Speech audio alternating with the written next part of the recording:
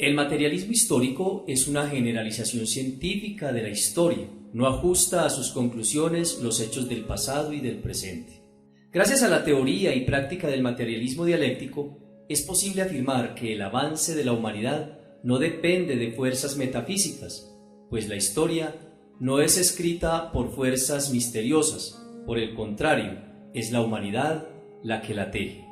Todo lo que conocemos hoy, avances tecnológicos, artísticos, culturales y sociales, son resultado de las condiciones materiales heredadas de nuestros antepasados.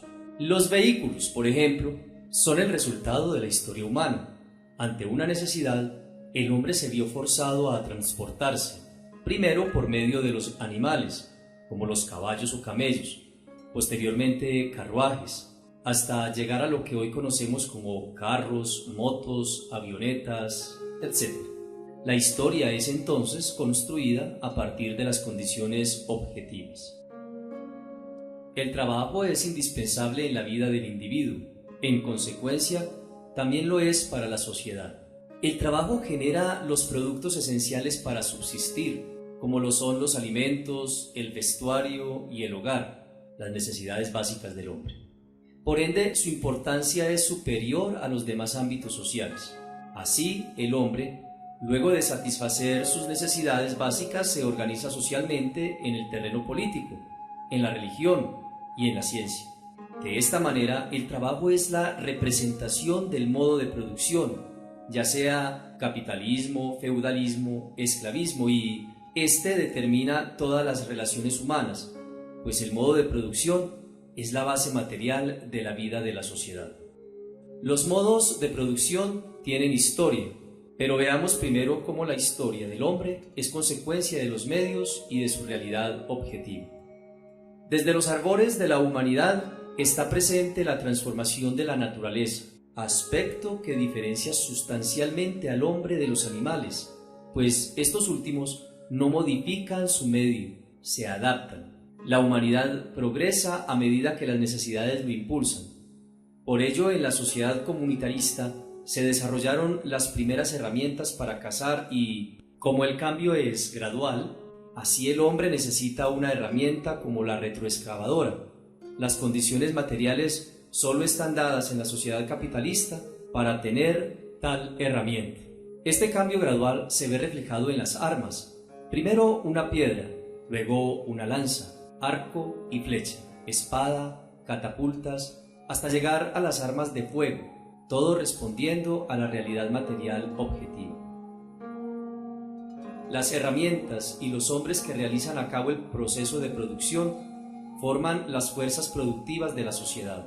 La producción, al requerir la fuerza de diferentes personas, tiene un carácter social lleno de relaciones y, a medida que las relaciones aumentan, el trabajo se divide más. En consecuencia, la dependencia entre los que hacen parte de la relación de trabajo incrementa. Si las relaciones de producción se limitaran a quienes aportan su fuerza de trabajo, podríamos decir que es equitativo. Sin embargo, quien produce por regla general no es dueño de los medios de producción.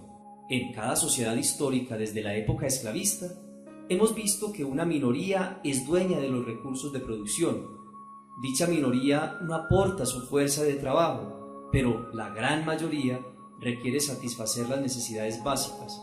Al no ser dueños de sus medios de producción, asume un rol de prestar únicamente su fuerza de trabajo a quienes son dueños de los medios de producción, llámese amo, señor feudal o capitalista. Las sociedades históricamente se dividen en clases. Una clase dueña de los medios de producción y la otra solo vende su fuerza de trabajo.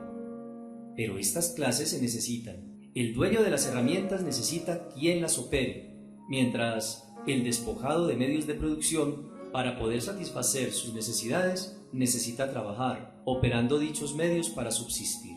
Las relaciones de producción sufren cambios mientras perdure el modo de producción. Sin embargo, no son cambios en la esencia. Por ejemplo, el capitalismo en sus inicios desarrolló unos medios de producción que serían precarios en comparación a nuestra era. La electricidad, la tecnología y demás factores han hecho de la producción algo más rápido.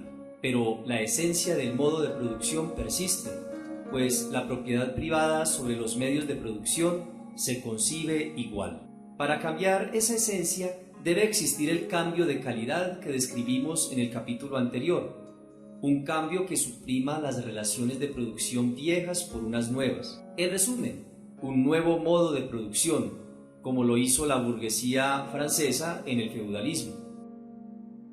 Las relaciones económicas y las fuerzas de producción no van por el mismo camino. Las primeras favorecen a la clase dominante, la enriquecen, mientras las fuerzas de producción son explotadas por dichas relaciones económicas. Por ello, el cuerpo jurídico y la política de los estados salvaguarda el status quo del modo de producción. En apariencia existe para satisfacer a las mayorías, pero la labor del Estado parece desnivelarse a favor de la clase dominante en la realidad. A medida que la sociedad se desarrolla, entran en conflicto dichas clases. Así, vemos cómo la burguesía en pleno feudalismo le estorbaba las relaciones económicas existentes, requerían una nueva forma de producción para comercializar, razón por la cual exterminó el modo de producción feudalista para imponer uno nuevo. El régimen económico de la sociedad es la base, de allí surgen las relaciones sociales que comprenden la superestructura, como lo son las ideas de la sociedad, la política, la filosofía, el marco jurídico, y las instituciones y organizaciones, el Estado, la Iglesia, escuelas, cárceles. Las relaciones sociales son determinadas por el modo de producción. Cada sociedad ha tenido su estructura y su superestructura. La forma de propiedad que impere determinará la división de la sociedad, sus clases, instituciones políticas y las normas jurídicas. Por ello es impensable el sistema electoral en el esclavismo, la monarquía en el socialismo o la equidad social en el capitalismo. Por ende, si cambia la estructura, cambiará toda la superestructura. Las sociedades de clases crean sus propias instituciones que prevalecerán con la intención de salvaguardar la superestructura. La humanidad ha atravesado por 4 formaciones económicas sociales diferentes: comunitarismo, esclavismo, feudalismo y capitalismo. A continuación, algunos rasgos característicos de cada una de estas. El hombre se separó de los animales gracias al trabajo, proporcionándole razón y cambios morfológicos. Allí surge la primera sociedad, la comunitarista. En los cimientos de la humanidad se vislumbra que la propiedad era común. No existía la propiedad privada, pero esto tiene una razón: las condiciones materiales no lo permitían. El hombre de la sociedad comunitarista había desarrollado un minúsculo intelecto.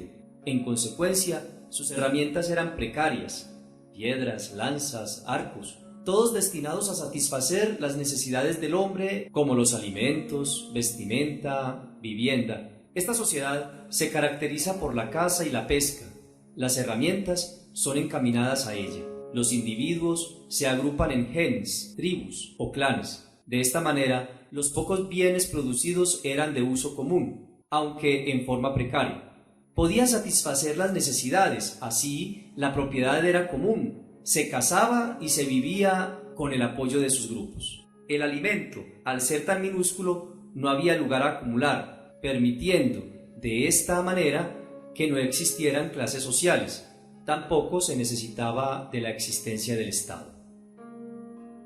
Los medios de producción, paulatinamente, fueron desarrollándose, usándose metal fundido. Se domesticó animales, ya no solo se cazaba, la agricultura emergió. Por lo tanto, los alimentos empezaron a acumularse. Nace la propiedad privada. En virtud de las guerras entre tribus y clanes, los ganadores esclavizaron a los perdedores. La labor de crianza de animales, de agricultura y demás se les encargó a los esclavos, dando origen a la primera sociedad de clases: el amo, dueño de los medios de producción, y del esclavo. Ya no se cazaba para un solo momento del día, se criaban animales para, en el futuro, alimentarse semanas o meses. Y no solo para alimentar una tribu o clan, se producía suficiente para comunidades vecinas. Los esclavos se empiezan a sublevar, cambiando el modo de producción. Ya no eran propiedad del amo, ahora eran campesinos, dependían de la tierra del nuevo explotador, el señor feudal. Esta sociedad se caracteriza por la propiedad de la tierra, feudos. El señor feudal era dueño de ella, pero no la trabajaba. Los siervos entregaban su fuerza de trabajo. Parte de las ganancias era para el señor feudal, lo restante para los siervos. Por ello la producción aumenta, pues para que el siervo cubriera sus necesidades debía producir mucho. En el feudalismo existen varias clases. En las ciudades están los artesanos, mientras que en el campo los siervos, todos inferiores al señor feudal. Los artesanos empiezan a comercializar sus productos, apareciendo los comerciantes en sus vulgos. Estos últimos, en principio, no eran dueños ni de los medios de producción y tampoco producían, solo intercambiaban.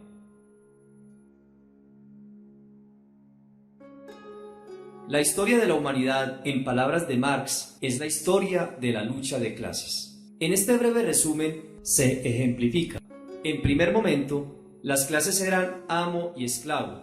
En el feudalismo, señor feudal y siervo. Y en el capitalismo, burgués y proletariado. Todos con un rasgo en común, un explotador y un explotado. En el feudalismo, el que producía era dueño de sus herramientas de producción. La burguesía, con el afán de intercambiar más productos, tuvo que cambiar los medios de producción para hacerlos más eficientes. Para ello, luchó contra el feudalismo y transformó la forma de producir. La burguesía creó talleres, atrajo a los artesanos, los que en el feudalismo eran dueños de sus medios de producción. Los atrajo para trabajar para ellos, les retribuía con el salario, lo que se conoce como cooperación simple. Luego, con el progreso tecnológico, el burgués utilizó la manufactura como medio de producción, máquinas, y así producía más. Por último, el burgués se hizo a la industria. De esta manera podría intercambiar productos más elaborados a gran escala, generando riqueza individual a costa de la fuerza de trabajo del proletariado. A partir de la dialéctica de la sociedad, se está seguro del final de nuestro actual modo de producción por uno nuevo, más avanzado, que logre eliminar los conflictos de clases. Para ello se hace imperativo que los avances tales como el dominio de la naturaleza estén al servicio del hombre y el trabajo, la fuerza destinada a esta labor, sea retribuida de forma digna, que la propiedad vuelva a ser común, pero en un rango superior gracias a la ciencia y dominio del medio que tenemos en nuestro tiempo. Ha quedado expuesto aquí el materialismo histórico a grandes rasgos. Si quieres ahondar en el tema, consulta estos textos teniendo presente que todo se mueve y todo cambia.